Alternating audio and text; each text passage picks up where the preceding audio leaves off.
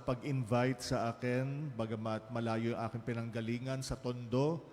Pero naalala ko, nakapag-misa na ako dito decades ago.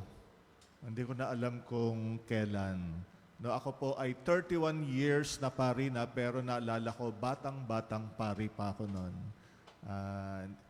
During that time. So, ang laki ng pagbabago, ng transformation, ano? Lalo na malamig na. Kaya itong linggo na to talagang transfiguration para sa ating parokya. So,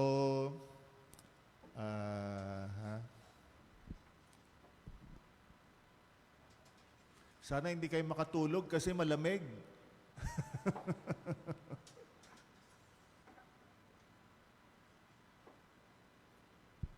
Ayan. Ang title po ng ating recollection, Buhay na Masagana at Ganap na mga kailangan para lumago sa sarili. Pero bago yan, ay kumanta muna tayo ng isang awit na pang-Lenten, yung Dakilang Pag-ibig. Alam niyo naman yan, ano? Dakilang Pag-ibig. Ready? Sing.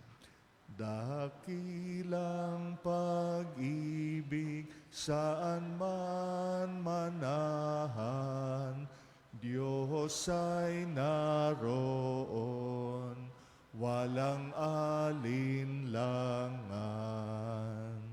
Tinipon tayo sa pagmamahal ng ating poong si Jesus.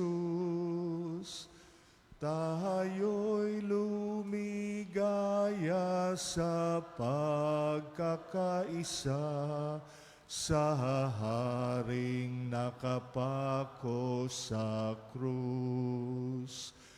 Dakilang pag-ibig saan man manahan, Diyos ay naroon, walang alinlangan.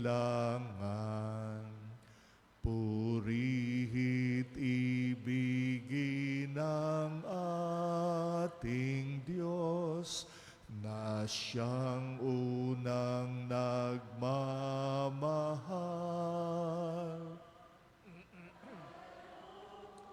Pag-ibig rin nating mahalin ang bawat kapatid at kapwa.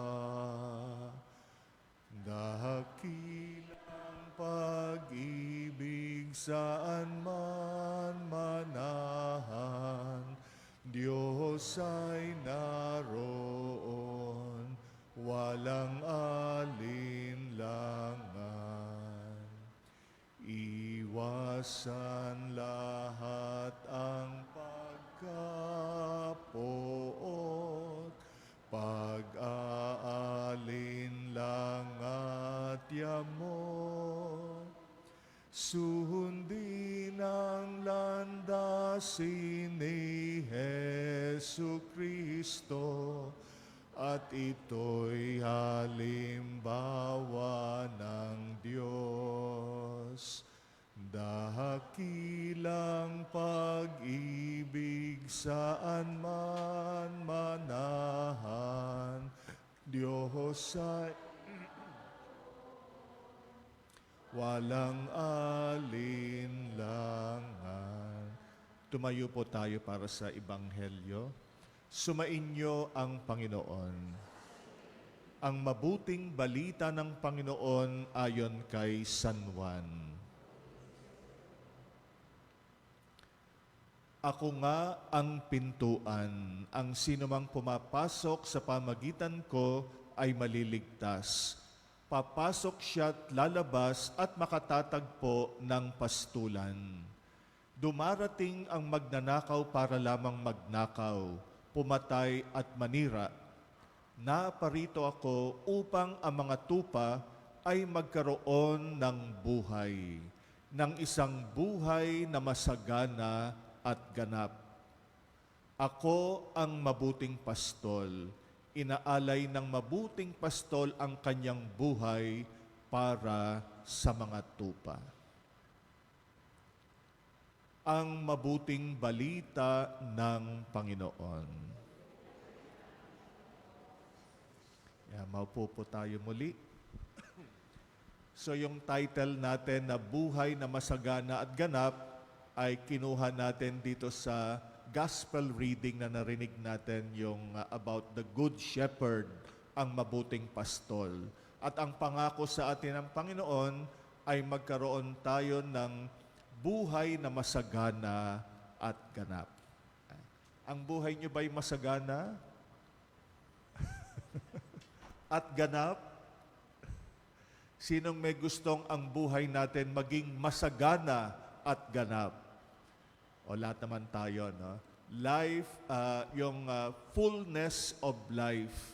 Gusto natin yung buhay natin ay maisabuhay natin ng masagana at ganap. Siyempre naman, ang gospel natin this Sunday, second Sunday of Lent, ay Transfiguration. At yung Transfiguration ay, sabi nga ito ay sulyap sa muling pagkabuhay. Ito ay patikim ni Jesus sa atin ng magiging bunga ng pagpupunyagi natin, yung kaganapan ng buhay. Transfiguration for us is an experience of fullness of life. Nanawa, lalo na ngayong Kwaresma, yung Kwaresma natin, di ba, ito ay panahon ng pagbabalik loob, panahon ng pagpapanibago, na sana pag pinagdiwang natin yung Pasko ng pagkabuhay, tayo rin na transfigured. Tayo ay nagbagong anyo, may nabago sa atin. At sana yung buhay natin mas masagana at mas ganap.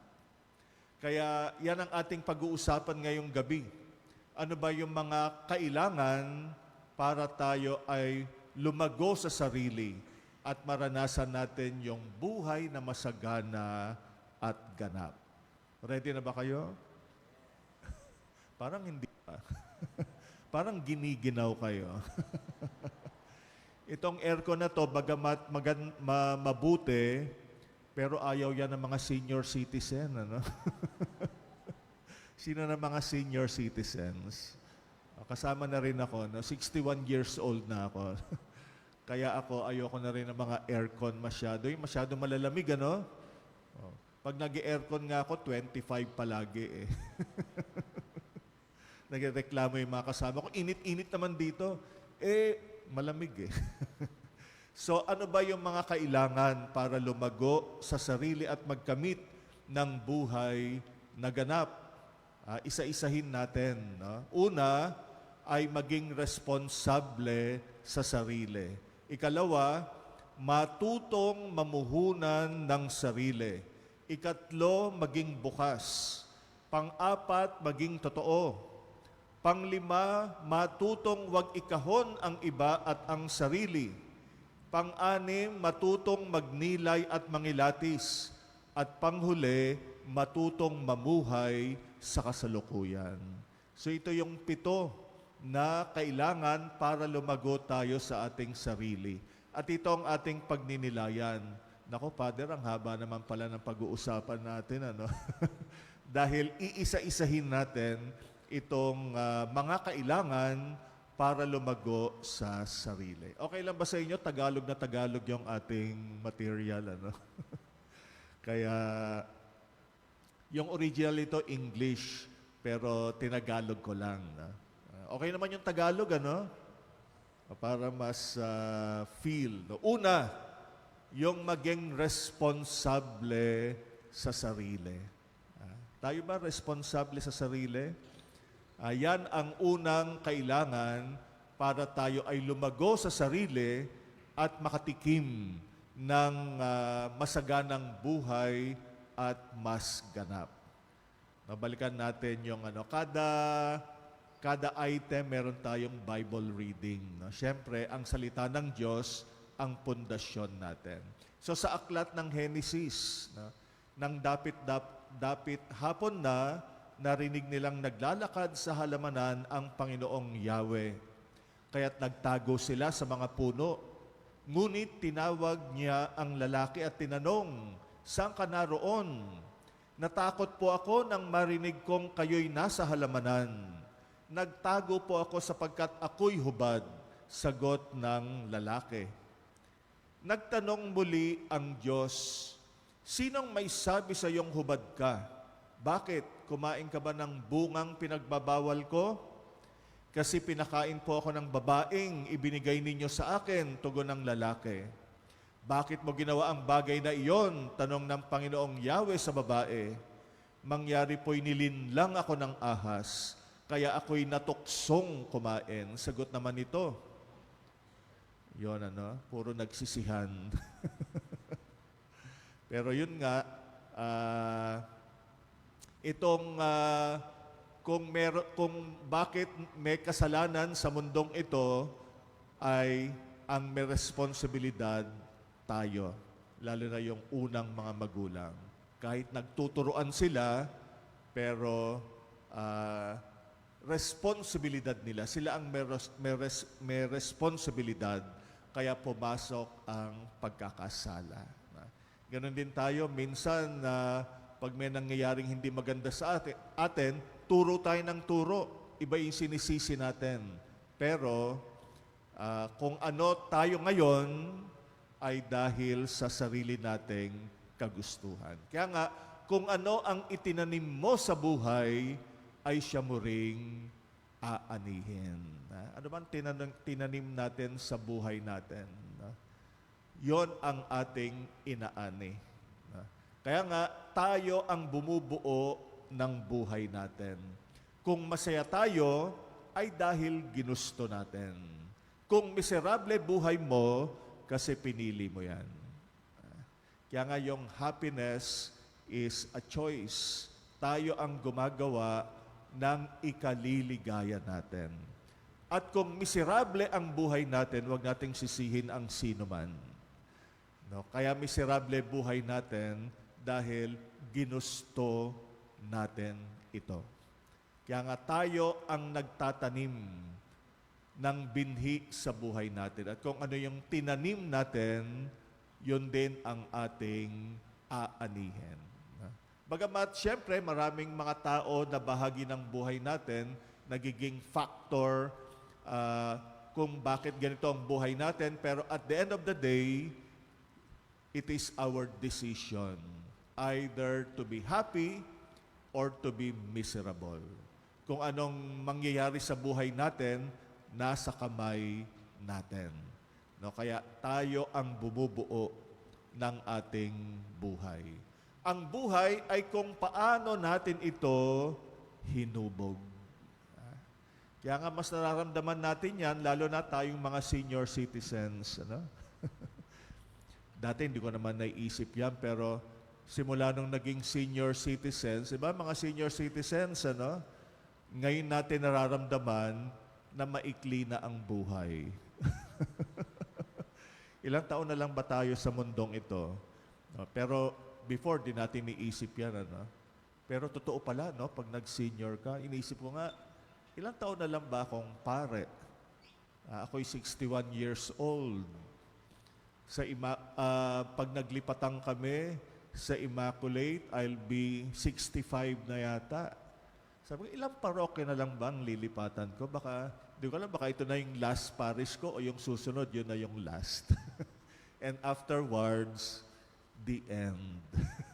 Minsan maikling ba? At natatanong tayo, ano nga ba paano ko ba binuo yung aking buhay? Lalo na buhay pagkapare.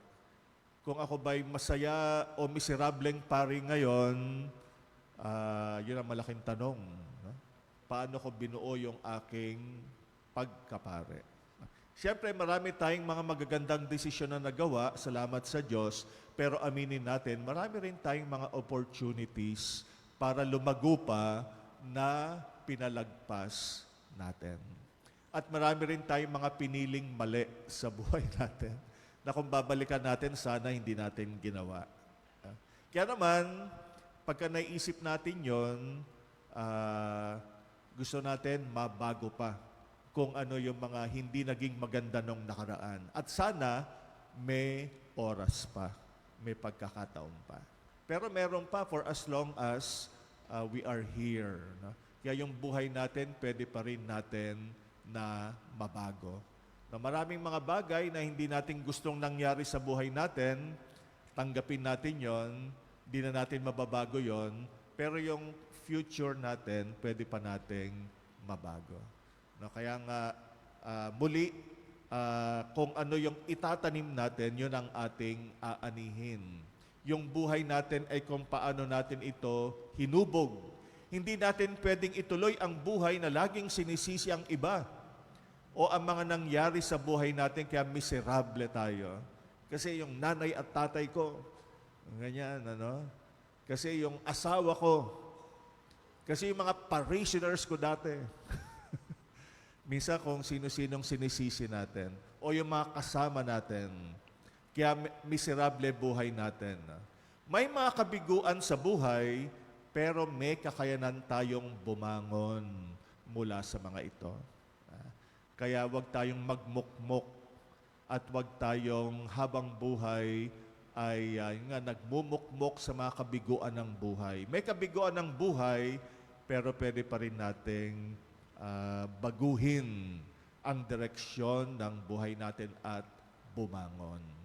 Walang pwedeng makapagpabago sa atin kung ayaw natin. Walang pwedeng makapagturo kung ayaw natin. Minsan matigas ang ulo natin, ano? Na pinapayuhan tayo, ayaw natin. Ang lumago sa sarili ay personal na desisyon. Kaya nga tayo ang responsable sa buhay natin. At maging sa pananampalataya, no, ang Panginoon ay tinuturing tayo hindi mga batang paslit. No, ang Panginoon hindi pinlano na ituring tayo bilang mga batang paslit na kailangan mo pang lahat ng bagay sabihin mo. Ang Panginoon tinuturing tayo bilang adults. We are children of God, but God treats us as adults. Tayo ay adult children of God. At bilang adults, magpaka-adults tayo. Minsan kahit matanda na tayo, ay batang isip pa rin tayo. Minsan nga kahit yung mga leaders ng simbahan, ano, Father, sabihin mo na lang kung anong gagawin namin at susunod naman kami. Huwag na tayong mag-planning at discernment. Ganyan. Siyempre kami naman mga pare, tinuruan kami na discern with your community. Na co-responsibility. Sama-sama tayong magnilay. Saan natin dadalhin itong ating parokya. Pero maraming mga even church leaders, ayaw na nang mag-isip, ayaw na magnilay, ayaw na mag-analyze. No, gusto lang nila maging batang paslit. Yung didiktahan mo lang anong sasabihin. Mag-BEC kayo. O, BEC, ganyan. O kung ano man. Ano. Pero ganun nga, no? We are supposed to be adult children of the Lord. No? Responsable sa buhay natin. Kung ano magiging ang parokyang ito ay nasa mga kamay natin. Desisyon natin. Binigyan tayo ng Panginoon ng kakayanang pumili at magdesisyon. Ganun ba kayo dito? Father, sabihin mo na lang.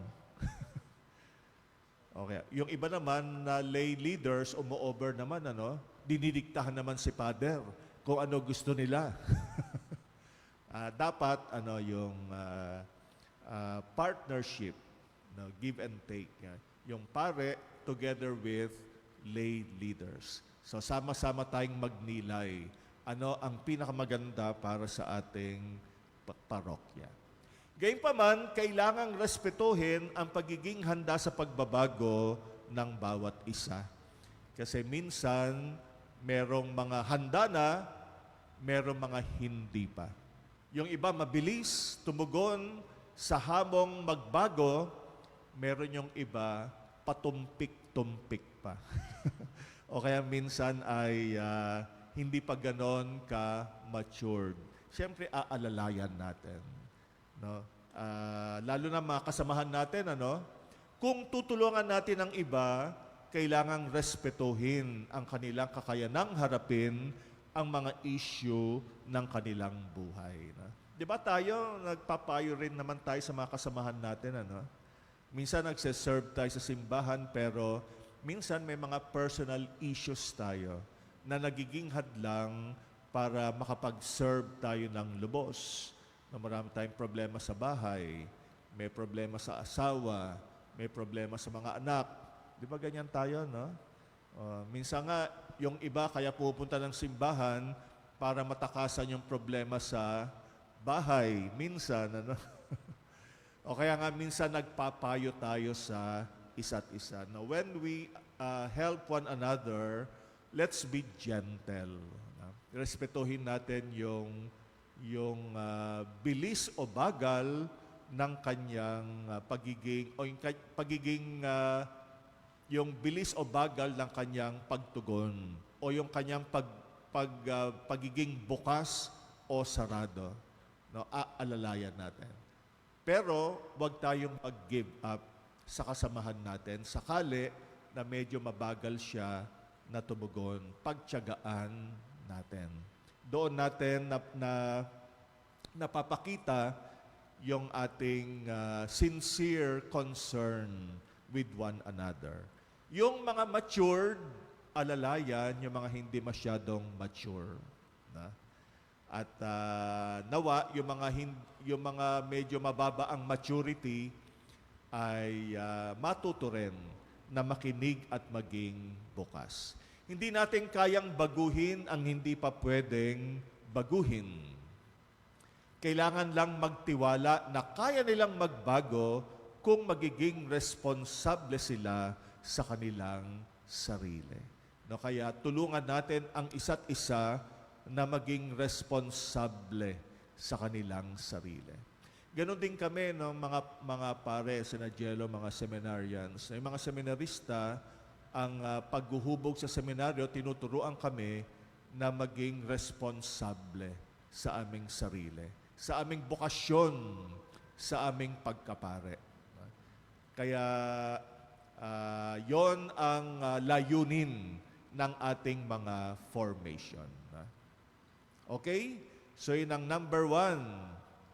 Number one pa lang, mahaba na. No? Number two na kailangan para tayo magkaroon ng buhay na ganap at masagana, matutong mamuhunan ng sarili. Self-investment. Kayo ba may mga investment? Siguro nag-i-invest tayo ng pera. Pero ang unang i-invest natin yung sarili natin para tayo ay lumago. So, basahin natin yung Word of God mula sa Gospel ni John. Sumagot si Jesus, dumating na ang oras upang parangalan ang anak ng tao. Pakatandaan ninyo hanggat hindi nahuhulog sa lupa ang butil ng trigo at mamatay, mananatili itong nag-iisa. Ngunit kung ito'y mamatay, mamumunga ito ng sagana. Yon ang image natin ng self-investment, yung butil, yung binhi na kailangang mahulog sa lupa at mamatay para tumubo at mamunga. So malaki yung isusugal natin, malaki yung i-invest natin. May mga gustong makulong na lang sa kahon ng kalungkutan na kinalalagyan nila. Ang matutong mamuhunan ng sarili ang susi sa paglago.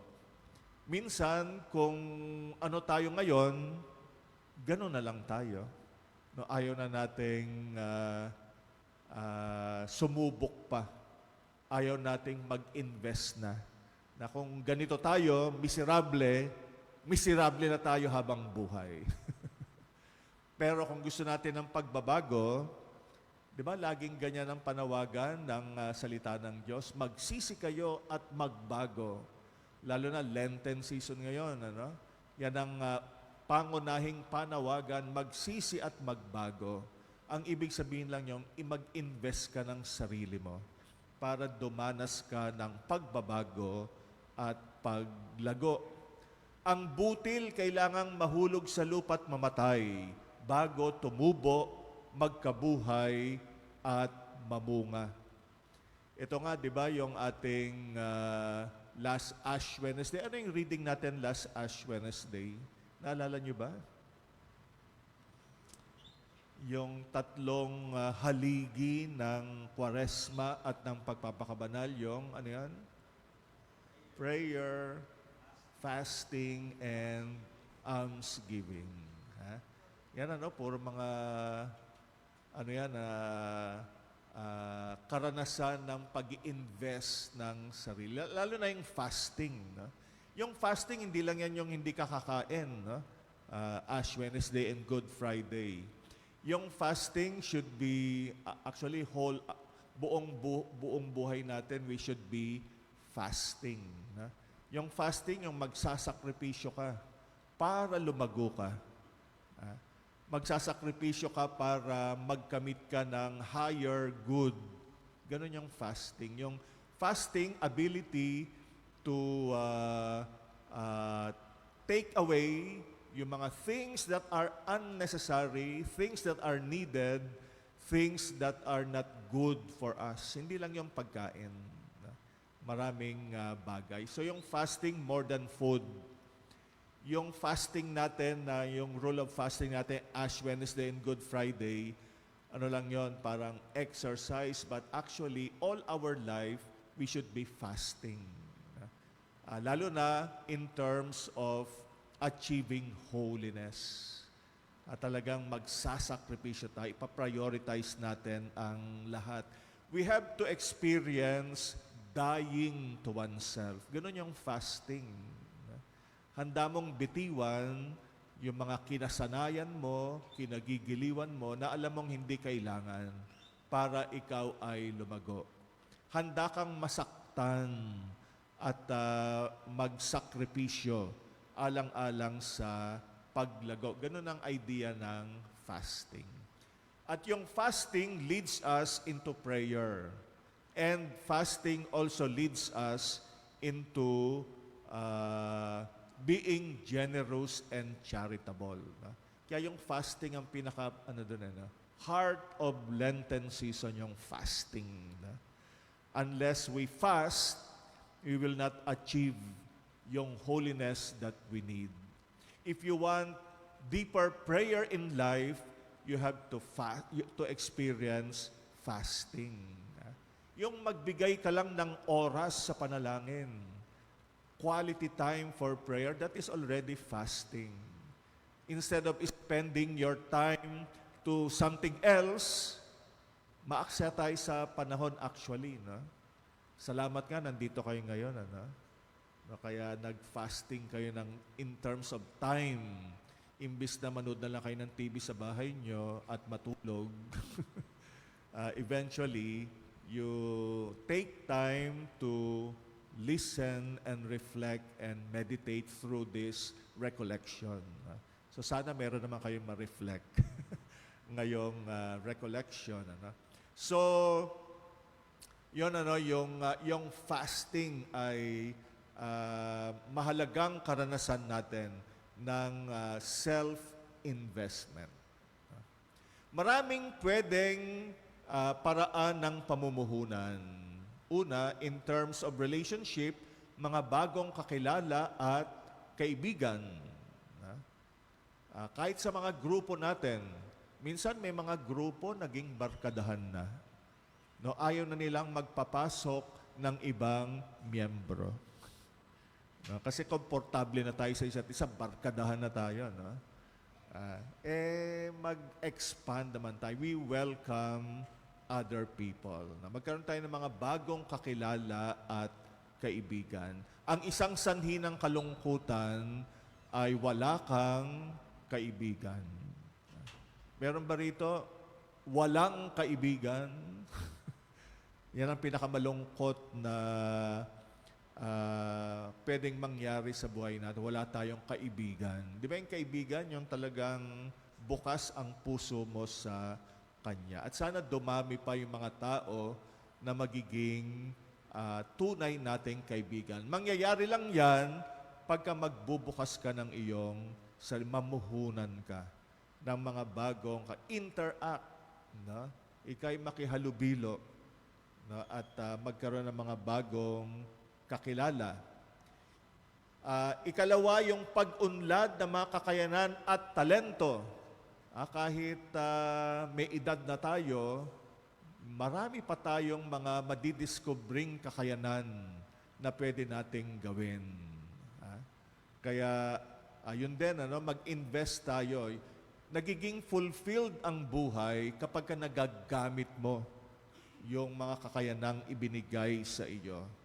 Discover new talents and capabilities. At ikatlo, yung pagkakataong magsalita at marinig. Yan din, minsan takot tayong magsalita, takot tayong magsabi ng opinion, lalo na pag mga meeting, tahimik lahat. Pero pagkatapos ng meeting at saka mag-uusap-usap, sakit natin yan sa simbahan. Pagka mga meeting, lalo na mga planning, for example, share your thoughts. Speak up. Huwag mong sabihin na mali yung sasabihin mo. No? Mag-share ka ng iyong kalooban and you will see. No? You will iba yung pakiramdam na narinig ka, nasabi mo kung ano yung nasa isip mo. No? Magbago ng ugali, asal at kilos. Kailangan din yan din ay investment. No? Minsan, komportable ka na sa pagiging mataray mo. Natutuwa ka pag sinasabi ng mga tao, mataray yan, suplada yan, gustong-gusto mo naman. Ba't di mo subukang maging mahinahon? No? Maging mapagpakumbaba? No, minsan yung baguhin din natin yung ugali na. Minsan yung pangit nating ugali, naging komportable na rin tayo. Minsan di natin ma-imagine yung sarili natin na nagpapakumbaba. Kasi sanay ka nang maging mapagmataas. May mga tao na sadyang gano'n, yung alam niya na mapagmataas siya at komportable siya ron. Di niya ma-imagine yung sarili niya na nagpapakumbaba. O kaya yung mga diktador, yung sila na lang yung nagsasabi, hindi nila maisip na sila naman yung makinig. Kaya ayun din, one form of investment yung magbago tayo ng ugali, kilos, at asal. Na? Let us grow in terms of changing our attitudes. Isa ring form of self-investment, makilahok sa lipunan. Palawakin natin yung ating involvement. Lalo na sa mga usaping panglipunan. Isa rin yung makapagdesisyon ng sarili. Minsan na lang lahat ng action mo, desisyon ng iba para sa iyo. Pero ikaw, wala kang sariling desisyon. Yung matuto kang magdesisyon sa sarili mo, yan ay malaking self-investment. Kailangan lang ng tapang na sumugal. Kapag hindi tayo sumubok at sumabak, magiging makipot, makitid at maliit ang mundo natin. Kaya nga, huwag tayong matakot mag-explore, to take the risk, sumubok ng mga bagong bagay. Minsan yung parokya natin, paikot-ikot na lang ginagawa natin every year. Ayaw na natin baguhin. Lenten season, Holy Week, pareho na naman. Kung anong ginawa natin last year, yun din ang gagawin natin ngayon. Eksakto, walang labis, walang kulang. Ayaw natin magtanong. Ayaw natin magtanong na paano natin gagawing makabuluhan ang Kwaresma sa taong ito na 2026. Malaking ano yan, ha? Malaking hamon sa atin. Paano natin gagawing mas makabuluhan ang Kwaresma ngayong taon na ito? Ang mundo nagbabago. Kaya nga, every year, yung Kwaresma, hindi lang yung repetition of the previous. Yung Kwaresma may bagong hamon sa bagong panahon. We just have to explore. Kaya lang, Father, ayoko na mag-iisip-isip ng ganyan kung ano lang ginawa natin dati. Procession, Station of the Cross, gano'n na. Puro pare-pareho. Kaya naman, yung minsan sa simbahan, puro routine tayo. No? Routine ang buhay ng simbahan. Nakalimutan natin na ang simbahan natin ay missionary church. We have to respond to the needs of the present time. Na? Kaya tayo ay magnilay at mag-isip.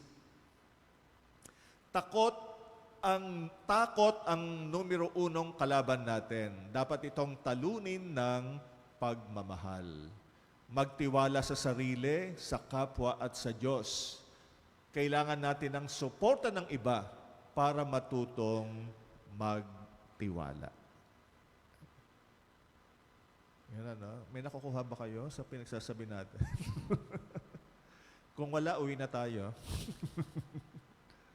So, yun yung ikalawa, no? Matutong mamuhunan ng sarili. Huwag lang pera ang invest natin, yung sarili natin. So, matuto tayong mamatay sa ating pagkamakasarili para lumabas o lumutang yung the better version of ourselves. Di ba bukang bibig ngayon yan, ano yung the better version of ourselves. Pero para mangyari yan, kailangan mamatay ka muna sa dati mong sarili para ipanganak na muli. At magkaroon ng pagpapanibago. Transfiguration. Number 3, maging bukas. Ang Word of God naman natin dito, yan. Kaya nga, ipagtapat ninyo sa inyong mga kapatid ang inyong mga kasalanan at ipanalangin ninyo ang isa't isa upang kayo'y gumaling. Malaki ang nagagawa ng panalangin ng taong matuwid. Kaya nga, ipagtapat, confess, be open. Ibukas mo ang sarili mo. Hindi lang kasalanan, kung hindi yung pagkatao mo. Mabuti nga tayo mga Katoliko, meron tayong confession. Nagkukumpisal pa ba kayo? Oo naman, salamat sa Diyos. Ano? Maraming hindi na nangungumpisal. No? At mapalad lang tayo mga Katoliko, meron tayong Sacrament of Confession wherein we can open ourselves. Lalo na yung mga deepest secrets of our hearts. Na? At ako rin, sinisikap ko na everyday muupo ko ng confession. So yung schedule namin ng confession, may 2 masses kami everyday, 30 minutes before the mass. Kaya pag ako nagmimisa, doon ako sa kumpisalan. Kaya lang minsan, konti na lang nagkukumpisal. Minsan nga, wala eh. Sabi ko nga sa mga parokyano ko, alam mo, tuwan-tuwa ako dito sa Immaculate Conception Parish. Kasi pag umuupo ako sa kumpisalan, minsan walang nangungumpisal. Napakabanal na mga parokyano na Immaculate Conception. Walang kasalanan. Sabi naman ng iba, kasi Father, nahihiya kami sa'yo. Doon kami sa Quiapo nagkukumpisal. Sa bagay, kasi yung mga boses nyo, kilala namin. Kahit itago nyo. Kasi yung kumpisalan namin, yung tago. Ngayon, minsan binabago-bago nyo pa yung mga boses. Uubo-ubo pa kayo. Pero alam mo, sister,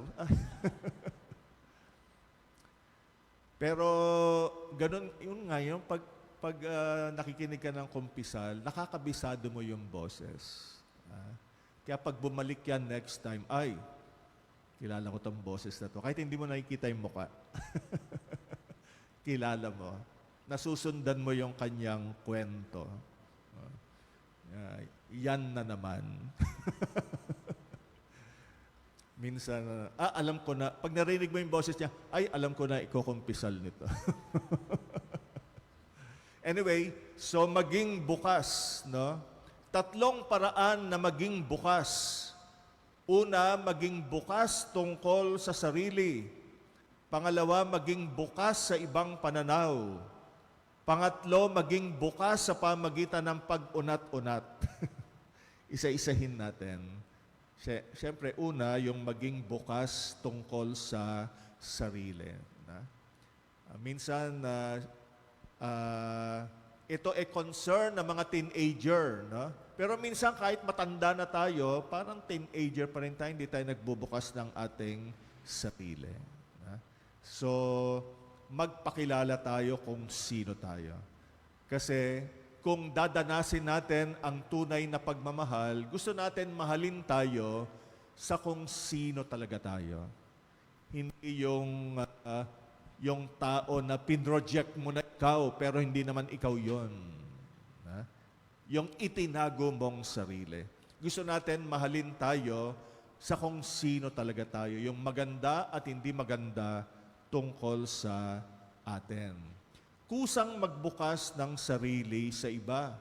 Kailangan natin ang makilala, maunawaan, tanggapin ng iba kung sino tayo. Tiwala ay kailangan para makapagbukas ng sarili sa iba. Totoo naman na nakakatakot magbukas ng sarili, lalo na pag may problema ka. Kasi minsan, pwede kang ma-reject. Yun yung kinakatakutan natin, rejection. Pero, maaring makaranas tayo ng rejection, pero definitely may mga taong mamahalin at tatanggapin tayo sa kung sino tayo. So, wag tayong matakot sa rejection. Baka magbago ang tingin nila sa akin. Tingin pa naman nila sa akin, sobrang banal. Kanina nga, nung ini-introduce ako, parang kulang na lang i-canonize ako. No? Gusto ko na umuwi. Pero minsan, yun nga, no, we kailangan magbukas tayo ng ating sarili. Pero kung tayo naman yung pinagbubukasan ng kasamahan natin, maging responsable naman tayo. Wag mo namang i-chismis yung nalaman mo. Mga chismosa kasi tayo minsan. Ano? At yon, matuto tayong maging responsable sa mga bagay na binubukas sa atin ng mga kapatid natin. Kaya nga pahalagahan natin, lalo na pag mga sensitibong bagay, yung mga ibinukas sa atin. Kaming mga pare, lalo na, no, yung mga kinukumpisal nyo, talagang pinapahalagahan namin. Lalo na, natutuwa kami na yung mga nagkukumpisal ng, di ba, yung iba, yung kasalanan nila na yon, kinimkim nila ng maraming taon. Pero ngayon, nagkaroon sila ng lakas na loob, ibukas. Yun ang mga grasya ng kumpisal. No, kaya nga, minsan yun yung mga consolation ng sa kumpisalan. Minsan, kahit isa lang yung nangumpisal, pero yung nangumpisal na yon, matagal nang hindi nangumpisal. Buti na lang nakita niya may ilaw yung kumpisalan. Nagkaroon siya ng lakas ng loob. Yung mga ganong karanasan, talagang karanasan ng grasya ng Diyos. No? So, maging bukas sa sarili. No? So, ito'y concern hindi lang ng mga teenager, even of adults. Kahit kaming mga pare, kasi magaling tayong magtago, no? Magaling tayong magmaskara. maging bukas sa ibang pananaw. Maging open din tayo sa opinyon ng iba. Matutong maging bukas sa mga pagbabago upang patuloy pang matuto at talikuran ang mga maling natutunan noon. Madaling sabihin pero minsan mahirap, ano? Lalo na pagka nakasanayan na natin. Father, yan ang ginagawa namin. Panahon pa ni Monsignor so and so. Tapos ngayon, babaguhin. Mga ganyan drama sa mga simbahan. Ano? O kaya sa mga meetings, no, learn to listen to each other's views and opinions. Pwede tayong matuto sa pananaw ng iba. Yan, kaya yon. At pangatlo, maging bukas sa pamagitan ng pag-unat-unat. Ano ba yung, kasi tinranslate ko lang to no? Parang yung original yata nito, yung ano, parang spread your wings, mag-stretch, mag-unat-unat. Ibig sabihin, matutong lumabas sa iyong komportableng kinalalagyan. Anong English nun? Comfort zone. Kaya lumabas ka naman sa comfort zone mo and discover new things. At sububok ng mga bago para rin makatuklas ng bagong kakayanan. Minsan, yung... pwede bang uminom? Inom lang ako sandali,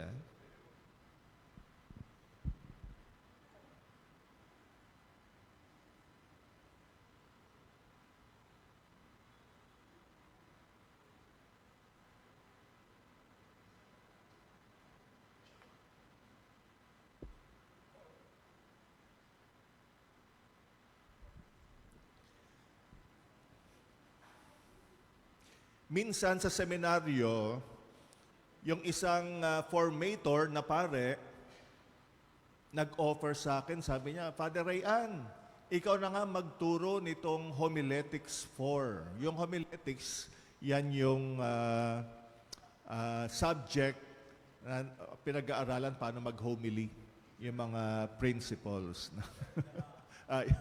Yung mga estudyante ko, mga bumagsak. So yung homiletics, no? Sabi ko doon sa wala akong alam diyan. Hindi ko naman pinag-aralan 'yan. Hindi, yung sabihin mo lang yung mga experience mo as parish priest kasi gano'n naman yung homiletics, no? You learn from your experience. So, to cut the story short, sige, tinanggap ko yung tas ang tuturuan pa mga fourth-year theologians. Yan na yung huling taon. Kasi nasa college lang ako na director at professor. O yung mga college students, pwedeng bula-bulahin. Ito mga na. Pero anyway, kasi ako mahiyain talaga ako. Yung personality ko mahiyain. Very introverted ako, no? Kaya yung mga ganyang bagay talagang pag-iisipan ko ng ng maraming beses. Yung mga pinagsasabi ko, lahat yan patama sa akin, yung mag-self-invest, mag-open up, mga ganyan. Yan yung mga pinagdaanan ko rin kasi nga mahiyaing tao ako, no? Generally, na. Medyo nahubog lang sa seminaryo kaya medyo nakaka-explore na. Anyway, so tinanggap ko yung invitation, yung offer, no? And to my surprise, kumbaga, habang tinuturo ko, natututo rin ako ng maraming bagay, no? 'Di ba gano'n ang teacher? May mga teacher ba rito? Yung ang sarap, ang consolation ng isang teacher, yung habang piniprepare mo yung itinuturo mo, natututo ka. At lumalawak pa. Kaya nung yung homiletics, Ah, ah, hindi naman namin yan masyadong pinag-aralan masyado nung during our time. So, syempre, nangyari, nag-research ako, na ganyan yan, with all my experiences, kaya yon. Kaya marami naman naka-appreciate until now. Nagtuturo pa rin ako ng homiletics, nakakabola pa rin. And then one time nga, may isang seminaryo, religious. Yung isang formator naman, wala raw homiletics professor doon sa religious congregation na yon. In-approach ako, sabi niya, ikaw nga magturo doon. Sabi ko, ayoko, dito lang ako sa San Carlos. Pero may sinabi siya na medyo nag-challenge sa akin. Sabi niya, spread your wings. Sabi mo, tumama sa akin yun, ano? Spread my wings. O nga, no? Ayun, so, again, I took the risk and the rest is history, no? So, doon marami rin akong naging mga estudyante sa homiletics. Isa lang naman tinuturo ko sa homiletics. Huwag niyong gayahin yung ginagawa ko. Kaya minsan mahirap mag-homily eh. Pag teacher ka ng homiletics, kasi pakiramdam mo, nagpa-final examination ka. No? Anyway, next ay number 4, maging totoo. Be honest. Even if others are not. Maganda to, no? Be honest even if others are not. Even if others will not. Even if others cannot. Maging honest ka, maging totoo ka. Kahit yung iba, hindi. So, ang ating Word of God dito from Gospel of John, sinabi na naman ni Jesus sa mga Hudyong naniniwala sa Kanya, kung tinutupad ninyo ang aking aral, kayo nga'y tunay na mga alagad ko. Makikilala ninyo ang katotohanan at ang katotohanan ang magpapalaya sa inyo. Truth will set you free. So matutong harapin ang sarili. Ang maganda, pati ang hindi masyadong maganda tungkol sa sarili. Marami tayong mga tinatago na hindi maganda. No? Harapin natin yon. No? Maganda, pati yung mga hindi maganda. Madalas, mahilig tayong magsuot ng maskara para maitago ang totoong tayo. Totoo naman. The moment you step out of your house, may maskara ka na. At marami tayong maskara nakatago. Pagsakay mo ng bus, may maskara. Pagpunta mo sa supermarket, maskara. Pagpunta mo sa opisina, maskara. Pag magbimisa ka na, maskara. Pati kami nagmamaskara. So marami tayong maskara. No? Mga iba't ibang maskara. Una, maskara ng panlabas na kagandahan. May mga iba obsessed with their own beauty. At yun ang kanilang maskara. No, yung kanilang panglabas na kagandahan. So, kaya yung tunay na kagandahan ay naitatago.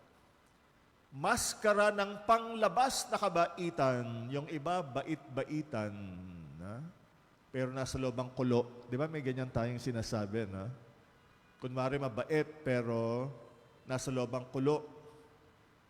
Kala mo, super masunurin kay Father, pero pagtalikod, daming sinasabi tungkol kay Father.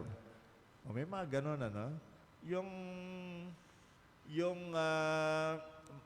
Mararamdaman mo naman kung genuine yung pagiging masunurin sa mararamdaman mo doon sa tag nito, yung fake na pagiging masunurin. Minsan yung panlabas na kabaitan pwedeng maging maskara. Maskara ng kunwari laging masaya. May mga ganun din, ano? Lalo na yung mga joker ng grupo o ng community, laging siya ay nagpapatawa. Minsan, maskara lang yon. Yung mga komedyante, di ba? Yung mga patotoo nila, nagko-comedian kami, pero at the back of everything, malungkot na buhay. Maskara ng pagpapasiklab. Ha? Minsan, pinapakita mo na magaling ka, pero maskara lang yon. Meron kang tinatago na kahinaan. Ayaw mong makita yung kahinaan mo. No? So, iba't ibang mga maskara. Minsan, tayo ang nagsusulsol sa iba na magkunwari. Kasi naman, ayaw nating tanggapin ang galing natin kasi sabi natin, pagyayabang iyon. Minsan, ayaw nating i-share yung talent natin kasi baka isipin nila, nagyayabang ka. Di ba? Minsan may ganun tayong pangatwiran at yon nagpo-promote ng pagkukunwari. No, kaya kunwari, di mo kaya, wala kang pero sa totoo, meron ka namang kakayanan. Minsan naman, lagi nating inaasahan na maging perpekto ang lahat at nilalait natin ang kahinaan. Ito naman yung mga perfectionists. Minsan tayo rin, gusto natin, perfect ang execution, walang sablay ni Pag merong konting kahinaan, nilalait natin. So that gives way again to pagkukunwari. Yun. So, maging totoo. Panglima. Konti na lang, Panglima na. 3 na lang. Matutong wag ikahon ang iba at ang sarili. Yan Sabi mo, ikahon. No? Ano ba ibig sabihin yan? Ang Word of God natin dyan galing kay Mateo. Lumapit naman ang tumanggap ng 1,000 salaping ginto at sinabi, alam ko pong kayo'y mahigpit at pinipitas ninyo ang bunga ng hindi ninyo tinanim at inaani ninyo ang hindi ninyo inihasik. Natakot po ako kaya ibinaon ko sa lupa ang inyong salaping ginto. Heto na po ang salaping iniwanan ninyo sa akin. Sumagot ang kanyang Panginoon, masama at madaling kod. Alam mo palang pinipitas ko ang bunga ng hindi ko tanim at inaani ang hindi ko inihasik. Bakit hindi mo lamang inilagay sa bangko ang aking salapi? Kahit papano'y may tinubo sana ito. Kunin ninyo sa kanyang 1,000 salaping ginto at ibigay sa may 10,000 salaping ginto, sapagkat ang mayroon ay bibigyan pa at mananagana. Ngunit ang wala, kahit ang kakaunting nasa kanya, ay kukunin pa. Kasi meron na siyang preconceived image ng kanyang amo. Nakakahon na. Kaya huwag nating limitahan ang pagturing sa iba at sa sarili dahil nilagay na natin sila sa kahon. Lalo na pag meron tayong nagawang mali.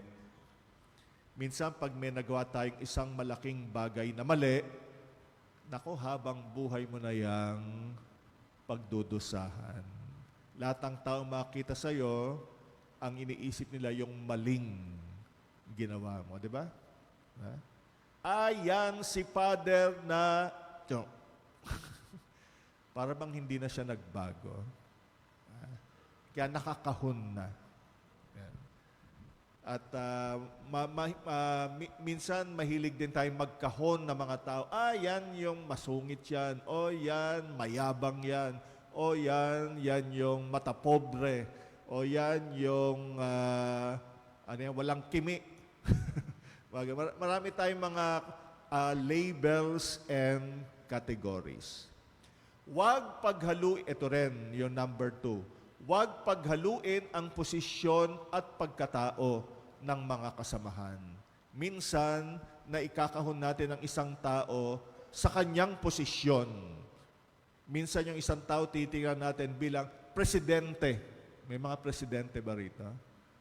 Kaya minsan, pag pinakikitunguhan natin yung tao na to, bilang yung kanyang posisyon ng presidente, na identify na yung pagkatao niya doon sa kanyang posisyon, di natin alam, itong taong ito may struggles din to as a human person. Yan. Kaya yung totoong siya, hindi natin napapakitunguhan. Kami rin mga pare, we can suffer from this, kasi tingin nyo kayo, pag makipag-deal sa amin, laging pare si Father. Nakakahong kami sa pagiging pare. Minsan nakakalimutan natin, uy, tunay din kaming tao katulad nyo, ha? Mga ganun, may feelings din kami. Kung ano yung pinagdaraanan nyo, pinagdaraanan namin. Nangungumpisal din kami. Ganyan, Kaya minsan, nagugula, si Father, pag nakita natin yung pare, nangungumpisal, So, may struggle din kami with regard committing sin. Kaya nga nagkukumpisal din kami. Minsan pumipila rin ako sa kumpisalan. Lalo na nung nasa seminary ako, pagkabakasyon ng mga seminarista, at wala akong schedule na misa, nagsisimbaling din ako sa nearby parish. Nagiging parishioner. Kasi baka makalimutan ko na ako si Ray Anyatko na nagsimula bilang parishioner. Kaya minsan nakakamiss yung ikaw yung magsisimba, nandun ka lang sa likod. Parang marami sa atin, pag magsisimba nasa likod. Paborito natin yung likod. Ganyan ako magsimba, nasa likod lang. At minsan naman, pumipila rin ako sa kumpisalan. Minsan nga pumila ako dyan sa Greenbelt Chapel, Sabi ko, makapangkumpisal nga rito. Minsan, yung ang tagal nung nagkukumpisal. Ang haba nung baka may makita sa akin pare. Makita, Father, anong ginagawa mo dyan? Pero ganun talaga, lulunukin mo yung, yung embarrassment. Kasi gusto mong magkumpisal. So, minsan nga, hindi ko na sasabihin ko anong parish. Yung parish na yon dati, pag Saturday, merong noontime mass. So, pero nung Sabado na yon, yan yung unang Sabado na kinancel nila yung noontime mass. Kasi nga, nasa sentro siya ng, ng business district. Kaya walang nagsisimba siguro masyado. Kaya kinancel nila yung noontime mass. Ako hindi ko rin alam. Yung araw na yon, magsisimba ako ng noontime sa parokya. Wala. Ba't kaya walang tas nadinig ko na lang, usap-usapan ng yung mga parishioner na mga donya-donya. Rin sila, nagulat din sila na walang misa, Siyempre, mga donya-donya, mga Inglesera pa, mga ganyan, let's go to the mall. Mga ganyan, frustrated. Gusto nga sabihin, alam nyo, pare ako, tayo na lang mag-miss. Doon, Anyway, magandang experience yung, yung kami mga pare, nararanasan din namin yung maging, tulad nyo na ordinary parishioner. Minsan, December 26, umuwi ako sa aming bahay. So usually Christmas, nung nasa seminary ako, doon ako nagpapasko sa bahay. And then, doon na lang din ako nagsisimba sa nearby parish. So December 26, nagmisa ako, nagsimba, naku, lumabas yung pare. Halatang galing sa kama. Kasi yung unan nakabakas pa sa sa buhok. Tapos halatang di naligo, tapos naka-crocs pa ganyan. Nakita na. Kaya anyway. So maganda rin yung ikaw yung nagsisimba dahil nakikita mo yung ayaw mong makita sa isang pare. No? Anyway, puro mga... So, wag paghaluin ang posisyon at pagkatao. Ha? Kaya naman, minsan, yung presidente, siya rin, na-identify na niya yung sarili niya sa kanyang posisyon. At pakiramdam niya, pag hindi na siya presidente, mawawala yung kanyang identity. Kaya naman, marami mga presidente ng parokya ayaw nang umalis doon sa kanilang posisyon. At pag pinalitan mo, nako, tampong pororot. Di na magsisimba. Ayaw na sa akin ni Father. Pero siyempre hindi. The reason why we change for growth. Kami nga pinapalitan eh. Pero masakit naman talaga yung pinapalitan. Yung dalawang parokya na pinanggalingan ko, kada lilipat ako, nako, ang daming luhang bumubu. Mahirap sa aming mga pare yung nililipat. Very emotional kami dyan. Ano? Siguro hindi yun lang nakikita. Siyempre, napamahal na kami sa community. Kaya naman, buti nga ngayon, meron ng term yung, yung assignment. 6 years. Dati kasi wala. Di mo alam kung kailan. At least ngayon, pagka 5th year mo na, o mag-prepare ka na emotionally. Dahil ililipat ka na. Pero hindi pa rin. Masakit pa rin talaga pagka lipatan na. Pero, we just have to accept it for growth. Pag hindi ka naman nilipat, kawawa yung pare, kawawa rin yung parish community. Wala nang growth. No? Kaya yung mga changes ay kailangan. Iwasan na nilalahat natin ang iba. Ang katangian at kapintasan ng isa ay iba sa isa. Ibig sabihin, wag nating i-generalize. Yung mga CWL na yan, mga ganito yan. Mga ganun, ano? Yung mga MBG na yan, mga ganyan. Yung mga couples for Christ na yan, ganito yan. Gina-generalize natin yung, lalo na pag meron tayong naranasang hindi maganda, generalize na natin. So, wag natin ikahon. No? So, in short. Okay? Number 6, matutong magnilay at mangilatis o discern. Learn to pray, reflect, and discern. Huwag kayong makiayon sa takbo ng mundong ito. Mag-iba kayo sa pamagitan ng pagbabago ng inyong pag-iisip upang maunawaan ninyo ang kalooban ng Diyos, kung ano ang mabuti, kalugod-lugod, at ganap na kalooban niya. Yung growth nangyayari rin when we know how to reflect and to discern. Dapat natin laging pagnilayan ang mga nangyayari sa buhay natin at kung paano nito hinuhubog ang pagkatao natin. Huwag lang tayong arangkada sa buhay nang hindi nagninilay. Kaya nga, itong mga panahon ng Kwaresma, panahon para usisain natin, nasaan na ba ako sa lahat ng mga nangyari sa buhay ko? Nasa na ako bilang nanay, bilang tatay, bilang pare, bilang kapatid, kasamahan, bilang whatever. So, magnilay tayo. Tingnan natin yung mga nangyayari sa buhay natin. Minsan, may mga karanasan tayo na hinuhubog yung ugali natin. Na hindi natin napapansin. Yung palang kabiguan na yan ay nagbigay sa'yo ng negatibo na epekto nang hindi mo nalalaman. Kaya nga we have to discern and to, lalo na yung pag nasaktan tayo. Matuto tayong kilatisin, lalo na ang mga hinanakit na naidulot natin na hindi naman kailangan at pwedeng naiwasan.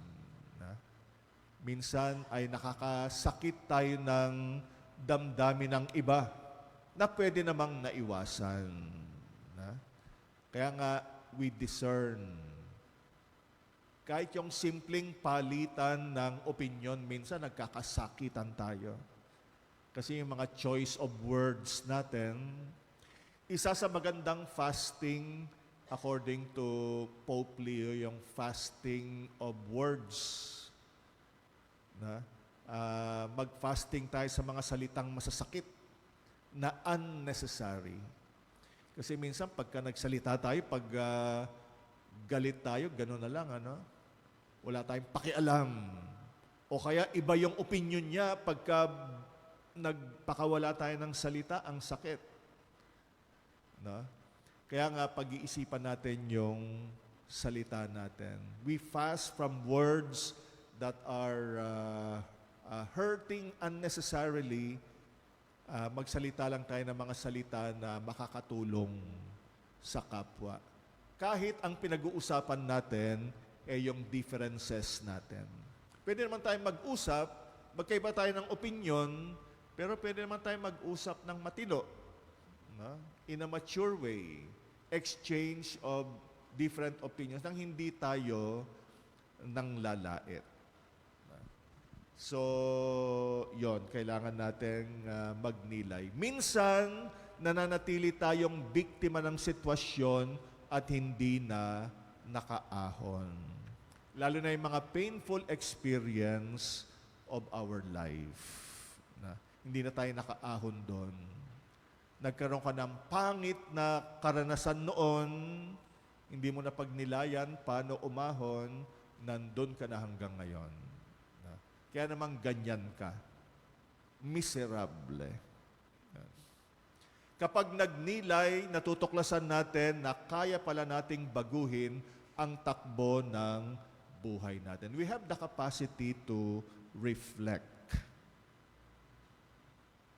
Ang hinanakit sa buhay ay parang ngiping masakit, toothache.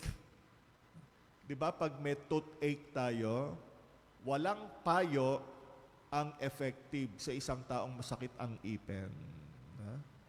Halika na, pumasok na tayo. Hindi, masakit ang ipin ko. Pag masakit ang ipin mo, nagmumukmok ka lang. Kailan huling sumakit ang ipin nyo? Matagal na, no? Kasi wala na kayong ipin. Nabunot na lahat. Pero nung unang panahon, di ba, nung uso yung masakit ang ipin.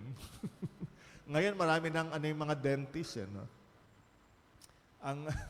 Pero pag masakit ang ipin, kailangan talaga mawala yung... Ganyan yung mga hinanakit natin sa buhay na parang iping masakit. Na wala tayong kumbaga, we become unreasonable. We do not accept any reasons. Ang alam lang natin, masakit yung ipin natin. Yehey, panghuli. Makauwi na tayo. Matutong mamuhay sa kasalukuyan.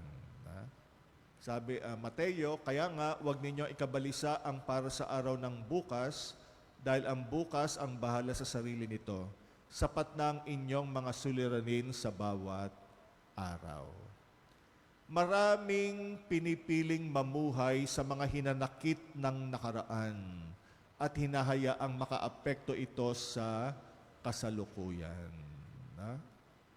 Kapag hindi natin natanggap at napatawad ang pangit sa nakaraan, walang kapayapaan sa kasalukuyan.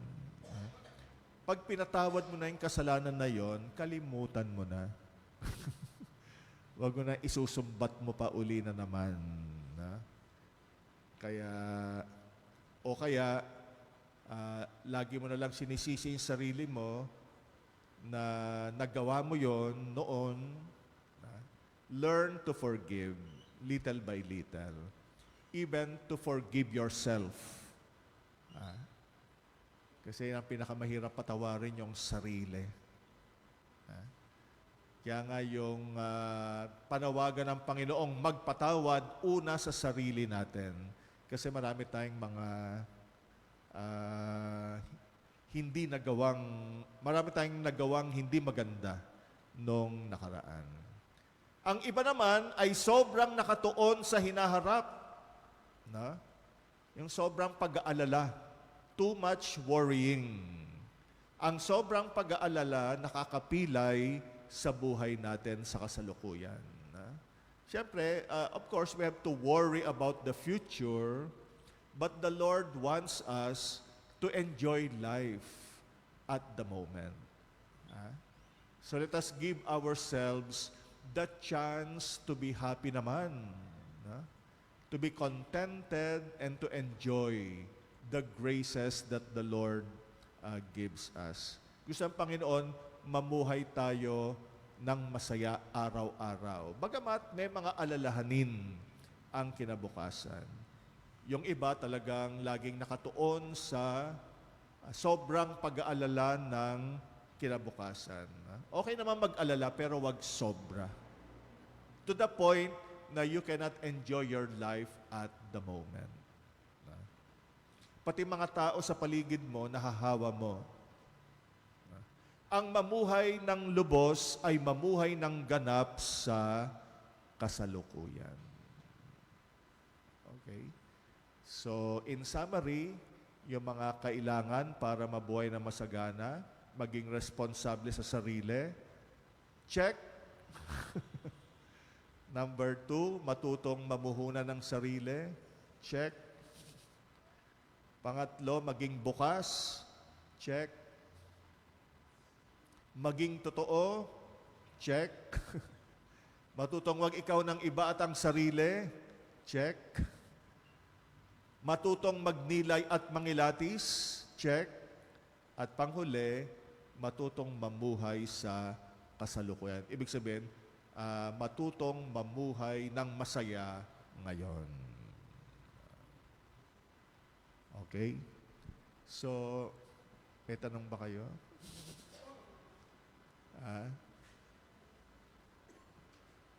So, nawa yung ating munting na i-share ko tonight,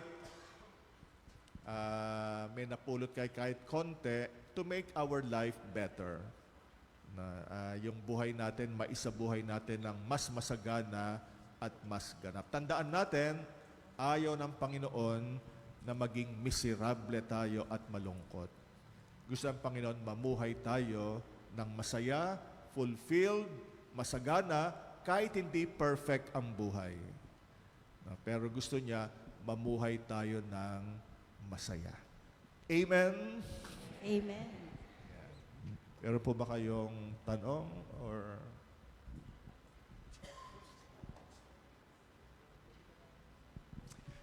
Ayan, sige po. Maraming salamat, Father Ryan.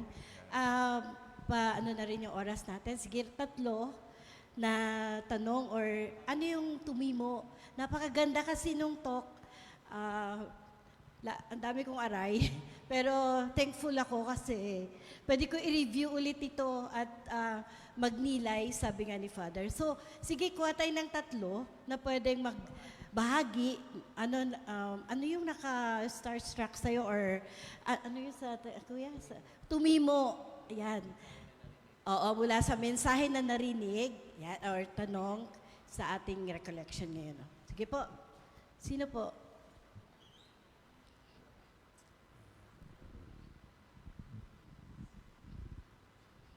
Ten, 9, bilangan. Ito si sister. Sige, si sister. Ayan, si teacher. Ano namin to sa Lakbay Biblia eh. Kasama namin. Para marinig po ng lahat. Yes po. Magandang gabi po sa lahat.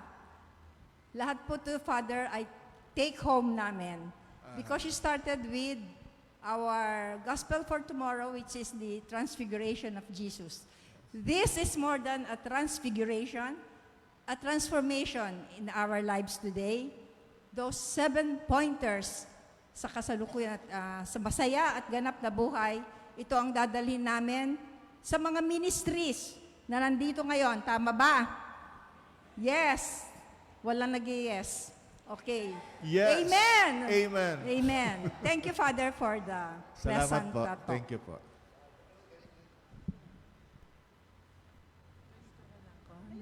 Good evening, Father. Good evening po. Paano po yung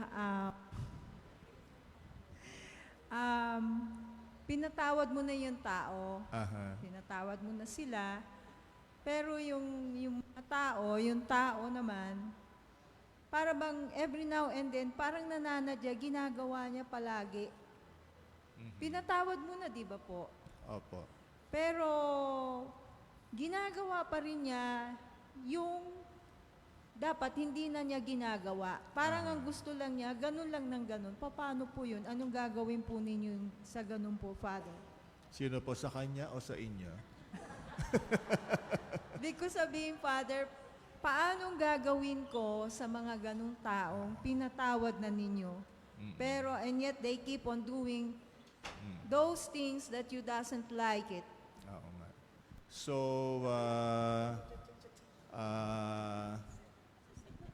talagang, well, sabi nga, forgive 70 times 7, ano?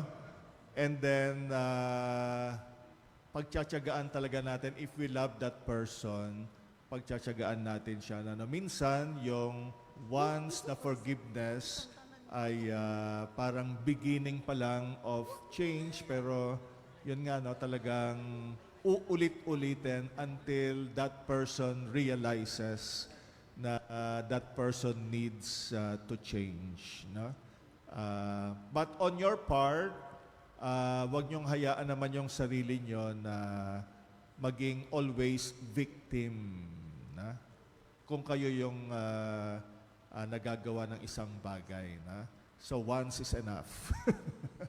I forgive you, but I do not allow you to parang victimize me again, to make me a victim of your but I will be of help for you. Ganun. So ganon. So doon sa tao, siyempre never give up, lalo na kung kasamahan natin.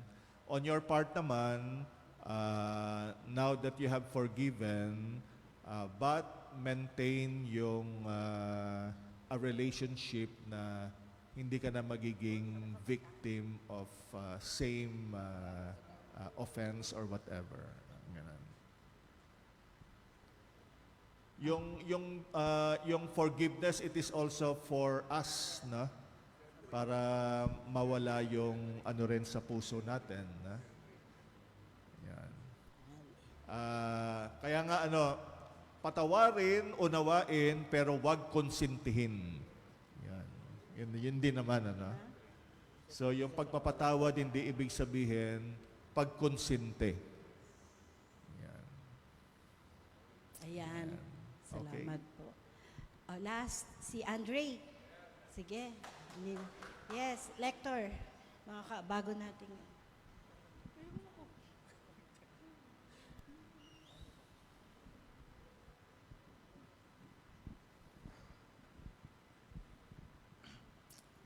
Ang Talaga, tanong daw po niya, Pinag-usapan niyo pa, eh? paano daw po kumawala sa nakaraan? Yeah. Paano makawala sa nakaraan? Paano mag-move on? Paano mag-move on? Mga ganun, Well, it takes time talaga, no? Lalo na pagka nasaktan tayo, no? Pero you just have to start moving on. In order to eventually be freed from whatever from the past. Na. Kaya kailangan konting tiyaga, konting talaga yung you will exert effort. You will really decide to move on. Kaya kailangan ng malalim na pagninilay at pag-iisip. And we also need other people to help us. Huwag tayong matakot na humingi ng tulong at payo mula sa iba. No, kasi we help one another. No? So yun din, yun din ang lesson sa atin sa community na tulungan natin ang isa't isa pag merong kabiguan siyang pinagdaanan. Kasi hindi madali. Pero hindi porket hindi madali, wag na lang. Hindi naman, Hindi madali, pero kakayanin. And time heals. Paglipas ng panahon, mahihil din yung mga matatagal mahil. At totoo yun, Tsaka sasanayin mo yung sarili mo. Lalo na, pag ikaw ay naging obsessed with somebody, kasi hindi naman pala obsessed, yung, minsan kasi, lalo na pagka love, yung nagiging emotionally, entangled, ganun. It takes time bago matanggal yung buhol. And finally, makalaya. So, unti-unti. Ganon. Ayan. Thank you po, ang ganda. Next, Kuya AJ. Another from... Lagi po, Father, sobrang lagi silang present pag may mga talk dito. Ayan po. Kuya, last na po. Hindi po ako magtatanong. Hindi po tanong po, ano lang po yung ano po yung nakatimo? Na-caught off guard po ko dun, ha? Yeah, if there's something that I'd like to share, siguro doon to answer Andre's point or inquiry, siguro po yung the last time nag-serve po kami together sa Mass and he shared and I think that's what he's asking. So, I believe kapag you see yourself or you adjust to the situation where you see yourself, so kung 23 years old ka pa lang or 26 years old ka pa lang, you identify kung ano dapat yung pinoproblema mo. So in his case, he focused on his, looking for job opportunities and not yet for love. Mga ganun po.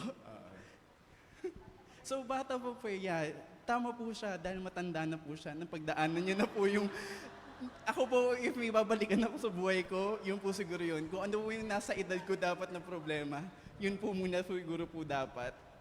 And not, looking for someone yet. That's it. Okay, thank you. O, yun.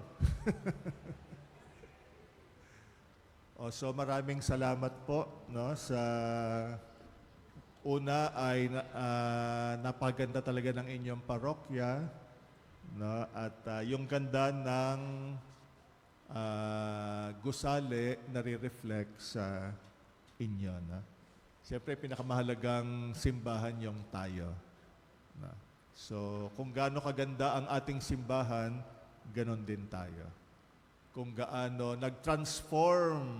Naalala ko, parang madilim dati, nung unang panahon. Kaya nga nagulat ako ba, ito na ba yung St. Joseph? Kaya nakakatuwa. So, okay? So, pag nadalaw po kayo ng namili kayo sa Divisoria, pwede kayong dumaan sa sa Tayuman para magdasal.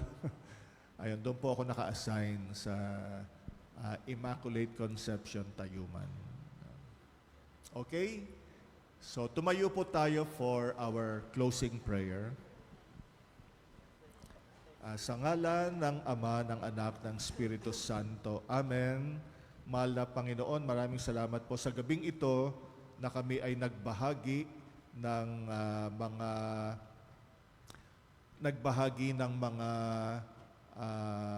kaisipan, mga runungan tungkol sa aming buhay. At hinihiling namin, Panginoon, na gawin namin ang aming magagawa para maging masaya at masagana ang aming buhay. Huwag naming hayaan ang sarili namin na maging miserable, malungkot, at namumuhay sa kabiguan. Bagamat ang buhay namin hindi perpekto, alam namin maraming mga maling desisyon ng aming nagawa. Gayunpaman, hindi ibig sabihin ay hindi na namin kaya na mamuhay ng buo, mamuhay ng makabuluhan, mabuhay na merong kaligayahan sa aming puso. At alam namin, Panginoon, Ikaw ang gagabay sa amin. Magbibigay sa amin ng grasya, lalo na para mahilom ang maraming sugat ng aming buhay. At nawa, maibahagi namin sa isa't isa ang saya ng mabuhay bilang iyong mga anak. Salamat sa biyaya ng pagiging isang komunidad at nawa pagpalain mo kami palagi, pagtibayin ang aming pagiging isang pamilya na binubuklod ng iyong pag-ibig. Muli, maraming salamat sa gabing ito at lahat ng papuri at pasasalamat ay ibinibigay namin sa iyo, Panginoon, Ikaw na nabubuhay at nagahari magpasawalang hanggan. Sumainyo ang Panginoon. At sumain din. At pagpalain kayo ng makapangyarihang Diyos, Ama at Anak at Espiritu Santo. Amen. Maraming salamat po sa inyong lahat. Maraming salamat po. Magsiupo po muna tayong lahat.